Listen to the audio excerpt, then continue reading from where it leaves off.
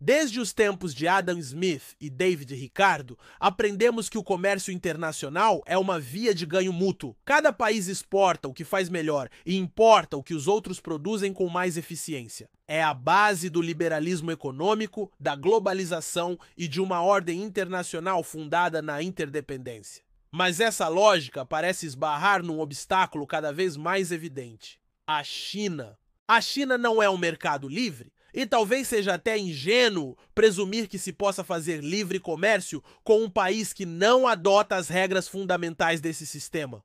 A interferência estatal em empresas privadas, os subsídios ocultos, o controle cambial e a ausência de liberdades econômicas e políticas fazem da China um ator assimétrico, que opera dentro do jogo global, mas com suas próprias regras. Foi com esse pano de fundo que Donald Trump decidiu redesenhar a política comercial americana. Ao assumir a presidência, o republicano e ex-empresário colocou a questão do déficit comercial como prioridade e lançou mão de um instrumento poderoso: tarifas. Primeiro, anunciou medidas para o mundo inteiro, calculadas com base no desequilíbrio das trocas bilaterais. Depois, fez uma distinção que deixou o recado claro: para o mundo, negociação; para a China, confronto. Enquanto outros países receberam um alívio temporário das tarifas, a China ficou de fora. O recado foi direto: a China não está sendo tratada como os demais.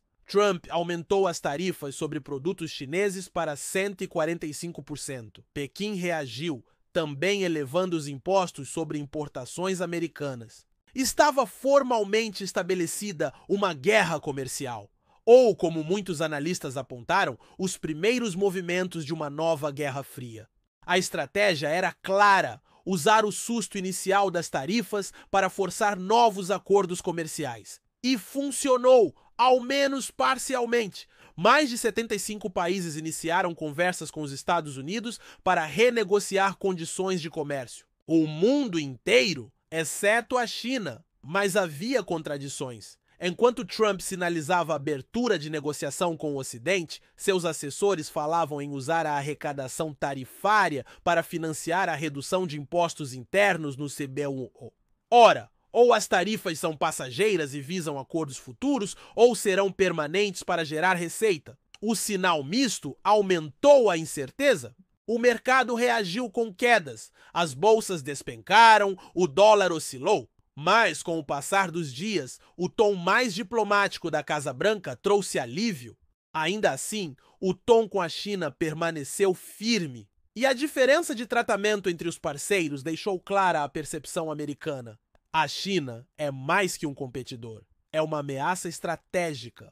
A retórica de Trump expôs algo que vinha crescendo de forma silenciosa. O comércio global com a China foi baseado em uma aposta de que a prosperidade econômica geraria uma pressão interna por liberdades e abertura política. Mas essa transição nunca aconteceu. A China cresceu, se fortaleceu, se armou e continuou sob o controle absoluto do Partido Comunista. Hoje, a China é o maior parceiro comercial de dezenas de países. Tomou o lugar dos Estados Unidos em várias regiões e tornou-se não apenas uma fábrica global, mas uma potência industrial, tecnológica e cada vez mais militar. A lógica da Guerra Fria do século XX parece retornar. Naquela época, os blocos comerciais e políticos estavam alinhados por ideologia. Capitalistas negociavam entre si, comunistas entre eles, os blocos se conheciam, mas não se tratavam como iguais. Com a queda do Muro de Berlim, isso mudou. A globalização parecia unir todos. Mas agora a rivalidade volta, não por ideologia, mas por geopolítica econômica. A indústria chinesa tem hoje um poder de produção que lembra os Estados Unidos durante a Segunda Guerra Mundial. Naquela época, o poderio industrial americano foi decisivo. Churchill sabia disso e por isso implorou pela entrada dos Isshinhua no conflito. Um único estaleiro em New Orleans produziu mais de 23 mil embarcações. Hoje, a China produz 53% de todos os navios do planeta. Os Estados Unidos, apenas 0,1%. E muitos desses navios chineses são de uso dual, civis em tempos de paz, militares se necessário. A combinação de um Estado autoritário, uma economia dirigida e uma capacidade industrial colossal faz da China um competidor único. Não se trata apenas de comércio, mas de capacidade estratégica em um eventual conflito global. E nesse cenário, Trump parece ter adotado a postura que muitos evitavam. Tratar a China não como um parceiro de livre mercado, mas como uma potência rival.